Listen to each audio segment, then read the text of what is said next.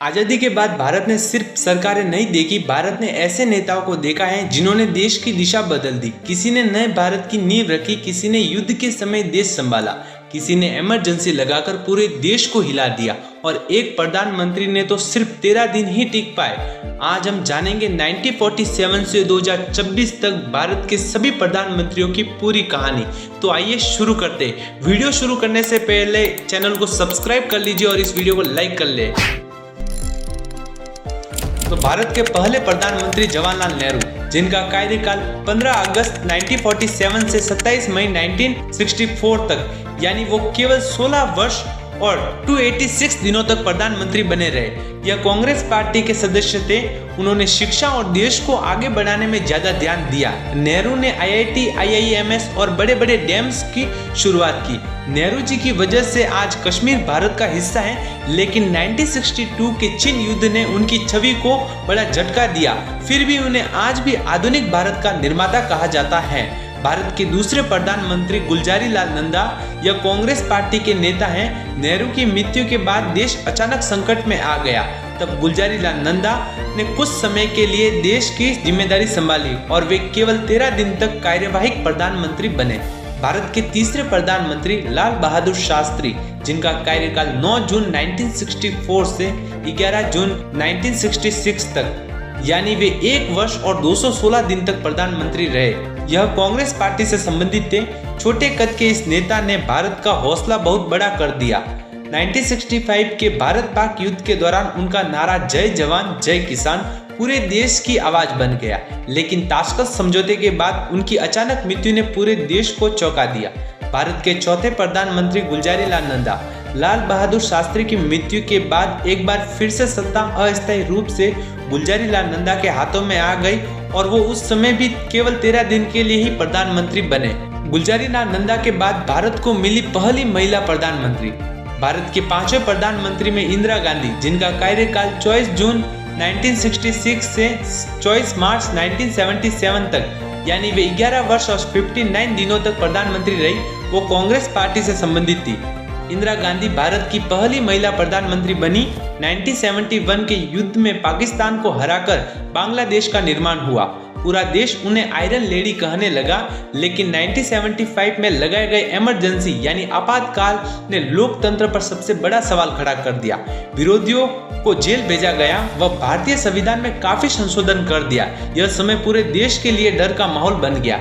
लेकिन आगे आने वाले प्रधानमंत्री में एक ऐसा नाम भी है जिन्होंने सिर्फ 13 दिन में ही इस्तीफा दे दिया। भारत के छठे प्रधानमंत्री मोरारजी देसाई, जिनका कार्यकाल 24 मार्च 1977 से 28 जुलाई 1989 तक, यानी वह 2 वर्ष और 126 दिन तक प्रधानमंत्री रहे, वह जनता पार्टी से संबंधित थे।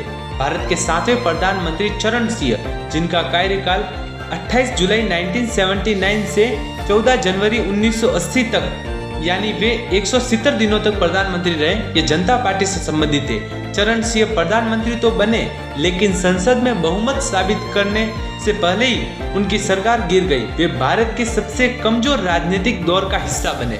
भारत के 8वें प्रधानमंत्री में इंदिरा गांधी एक बार फिर से सत्ता में लौट आई। तब उनका कार्यकाल 14 जनवरी 1980 से 31 अक्टूबर 1984 तक, यानी वे 4 वर्ष और 291 दिनों तक प्रधानमंत्री रही। लेकिन पंजाब के बढ़ते आतंकवाद के कारण ऑपरेशन ब्लू स्टार चलाया गया और फिर 1984 में उनकी हत्या कर दी गई। भारत के 90वें प्रधानमंत्री राजीव गांधी, जो कांग्रेस पार्टी से संबंधित थे, जिनका कार्यकाल 31 अक्टूबर 1984 से 2 दिसंबर 1989 तक, यानी वे 5 वर्ष और 32 दिनों तक प्रधानमंत्री रहे। सिर्फ 40 साल की उम्र में राजीव गांधी प्रधानमंत्री बने। भारत के सबसे युवा प्रधानमंत्री थे। उन्होंने कंप्यूटर और टेलीकॉम क्रांति की शुरुआत की। भारत के 10वें प्रधानमंत्री VP सिंह, जिनका कार्यकाल 2 दिसंबर 1989 से 10 नवंबर 1990 तक, यानी 343 दिनों तक प्रधानमंत्री रहे, जो जनता दल से संबंधित थे। VP सिंह ने मंडल आयोग लागू किया, जिससे आरक्षण का मुद्दा पूरे देश में आग की तरह फैल गया। भारत के 11वें प्रधानमंत्री चंद्रशेखर, जिनका कार्यकाल 10 नवंबर 1990 से 21 जून 1990 तक, यानी वे 223 दिनों तक प्रधानमंत्री रहे। वे समाजवादी जनता पार्टी से संबंधित थे। बहुत कम सांसदों से समर्थन से बनी सरकार ज्यादा समय तक नहीं टिक सकी। भारत के 12वें प्रधानमंत्री पीवी नरसिम्हा राव, जिनका कार्यकाल 21 जून 1991 से 16 मई 1996 तक यानी 4 वर्ष और 330 दिनों तक प्रधानमंत्री रहे। 1991 में भारत आर्थिक संकट में डूब चुका था। तब नरसिम्हा राव और उनकी टीम ने आर्थिक सुधार शुरू किया। उसी समय उदारीकरण, निजीकरण, वैश्वीकरण जैसी नीतियां अपनाई गई थी। यही वो समय है जब भारत ने नए भारत की आर्थिक कहानी शुरू की। भारत के 13वें प्रधानमंत्री अटल बिहारी वाजपेयी, जिनका कार्यकाल 16 मई 1996 से 1 जून 1996 तक यानी वे केवल 13 दिनों तक प्रधानमंत्री रहे, जो बीजेपी पार्टी से संबंधित थे। ये वे प्रधानमंत्री हैं जिनकी सरकार सिर्फ 13 दिन चली। अटल बिहारी वाजपेयी ने संसद में भावुक भाषण देकर इस्तीफा दे दिया, लेकिन यही नेता आगे चलकर भारत के सबसे लोकप्रिय प्रधानमंत्री में शामिल हुए। भारत के 14वें प्रधानमंत्री एच.डी. देवगौड़ा, जिनका कार्यकाल 1 जून 1996 से 21 अप्रैल 1997 तक यानी 314 दिनों तक प्रधानमंत्री रहे, ये जनता दल से संबंधित थे। भारत के 15वें प्रधानमंत्री इंदर कुमार गुजराल, जिनका कार्यकाल 21 अप्रैल 1997 से 19 मार्च 1998 तक यानी 332 दिनों तक प्रधानमंत्री रहे, ये जनता दल से संबंधित थे। भारत के 16वें प्रधानमंत्री अटल बिहारी वाजपेयी, जिनका कार्यकाल 19 मार्च 1998 से 22 मई 2004 तक यानी 6 वर्ष 64 दिनों तक प्रधानमंत्री रहे, यह बीजेपी पार्टी से संबंधित थे। अटल बिहारी एक बार फिर से सत्ता में आए और लंबे समय तक प्रधानमंत्री के पद पर बने रहे। उस समय भारत ने पोखरण परमाणु परीक्षण से दुनिया को चौंका दिया। कारगिल युद्ध में भारत ने जीत हासिल की और गोल्डन क्वाड्रिलेटर जैसी सड़क परियोजना शुरू की।